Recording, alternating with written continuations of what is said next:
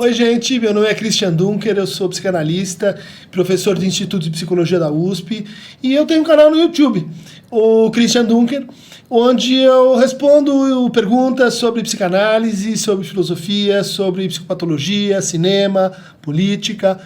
Então, convido vocês a se inscrever no meu canal e a assistir o conteúdo dele aqui no 247, o querido 247, que está nesse projeto tão importante de compartilhamento de saber e de abertura de mundos. Obrigado.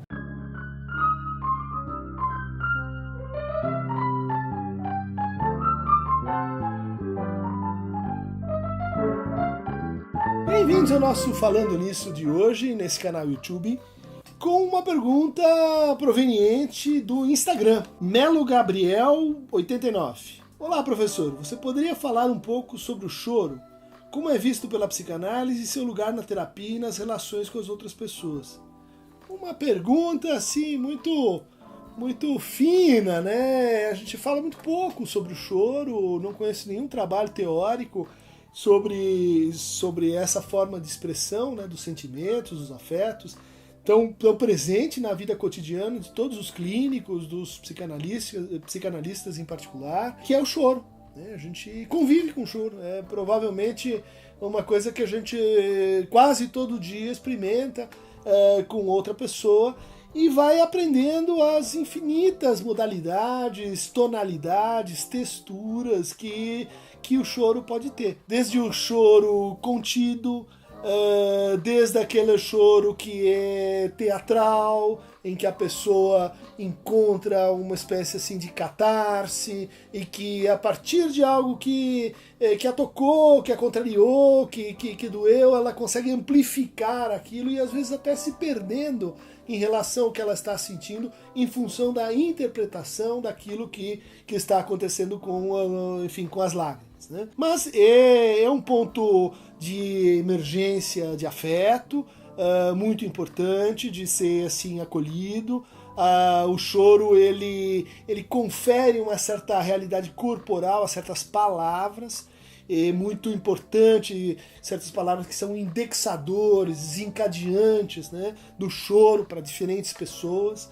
A gente tem o choro do luto, aquele choro que pede silêncio, aquele choro que pede uma escuta sobre a ausência, né, que faz vácuo, que faz lembrança. A gente tem aquele choro que é apelo, aquele choro que é demanda aguda, que é o choro do desespero, do apelo, da convocação do outro. E veja que isso já coloca o analista, já coloca a escuta num outro lugar, né? É um choro que pede silêncio de um tipo, o outro é um choro que às vezes pede também um silêncio, mas é um silêncio de uma outra mensagem, de uma outra natureza. Né?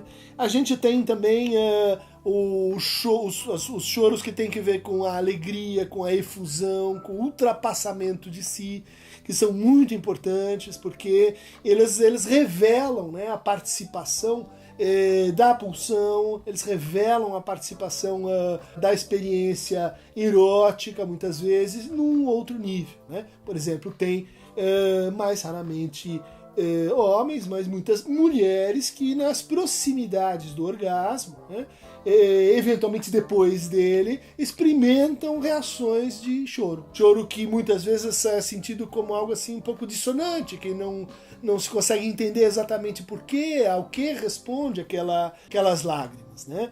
E muitas vezes isso está remetido à interrupção da cadeia significante, aquilo está remetido a um momento de suspensão do desejo, ou de desaparição do desejo, e que a lágrima faz uma marcação corporal, afetiva desse momento. Né? A lágrima ela comemora, o Lacan fala do gozo como uma comemoração, e de fato a gente tem esse tipo de choro, né? O choro comemorativo, que a gente pode opor ao choro rememorativo. Né? Rememorar é quando, por exemplo, a gente sente saudades, quando a gente refaz aquele acontecimento, e aí, em geral, o choro é um pouco menos copioso.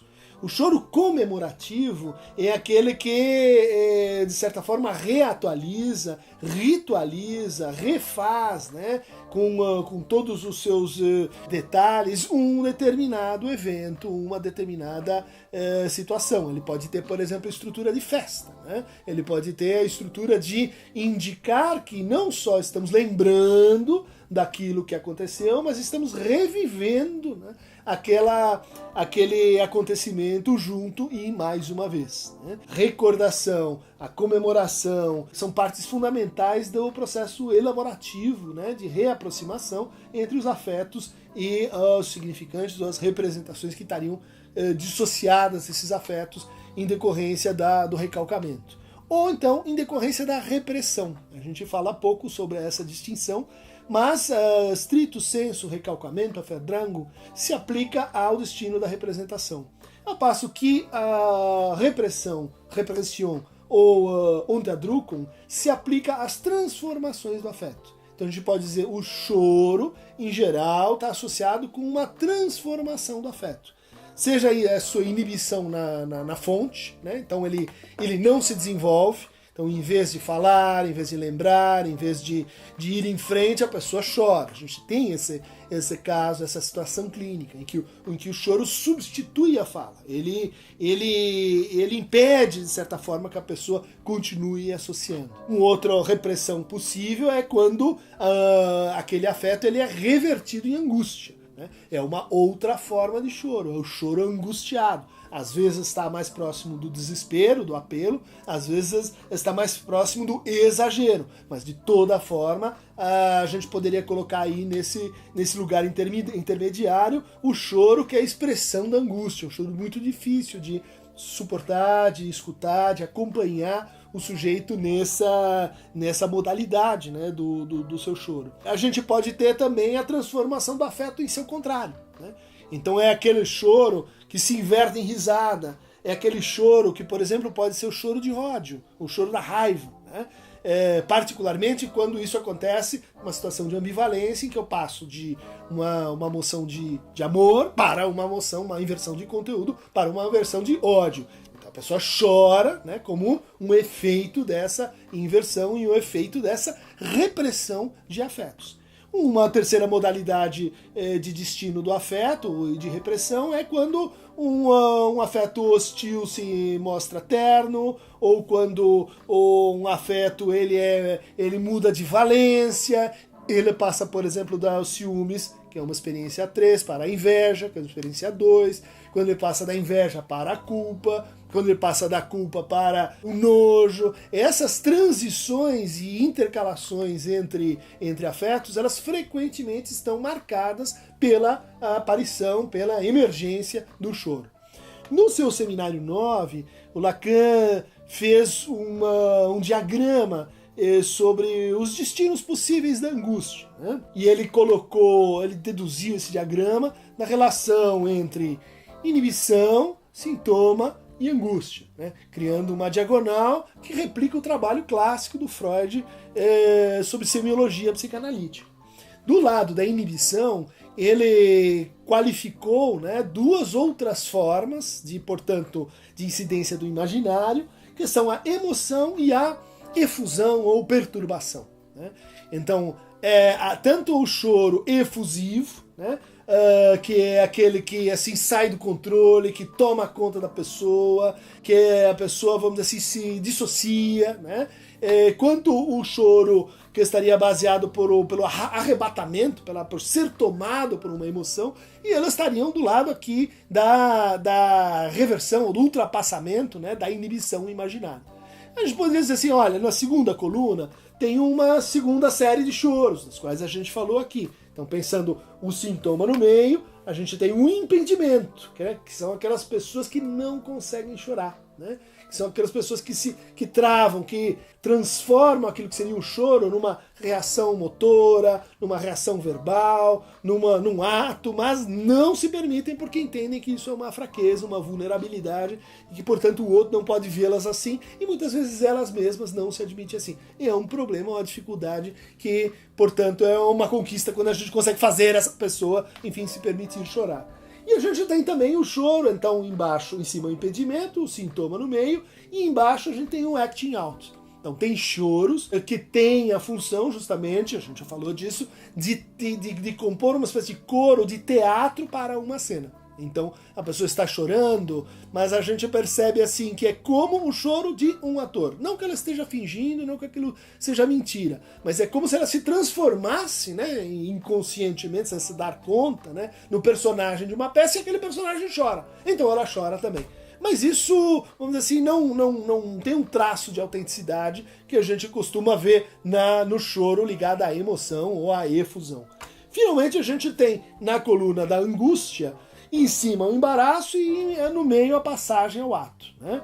Então o embaraço poderia ser pensado, né, como aquele choro contido, né, marcado por aquele choro da angústia que a gente já falou antes, né, um choro que faz a pessoa querer entrar num buraco, ou então o choro da passagem ao ato, né, que é aquele choro realmente que não acontece, que é suprimido e é transformado em ato, né? Quer dizer, é muito raro, por exemplo, alguém cometer um ato violento, um suicídio, uma coisa assim, chorando. Por quê? Porque quando a gente está chorando, a gente está, de certa forma, em contato consigo. A gente está se sentindo, a gente está em algum tipo de unificação subjetiva, né? A passagem ao ato, enquanto a abolição do sujeito, ela dificilmente ela pode acontecer quando a gente tem esse sinal de afeto, no fundo, protegendo a pessoa. Ótima pergunta, Melo Gabriel 89.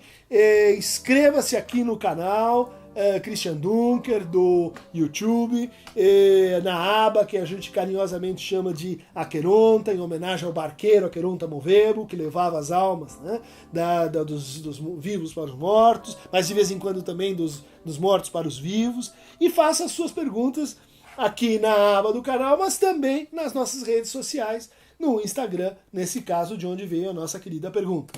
Um abraço e por hoje é só!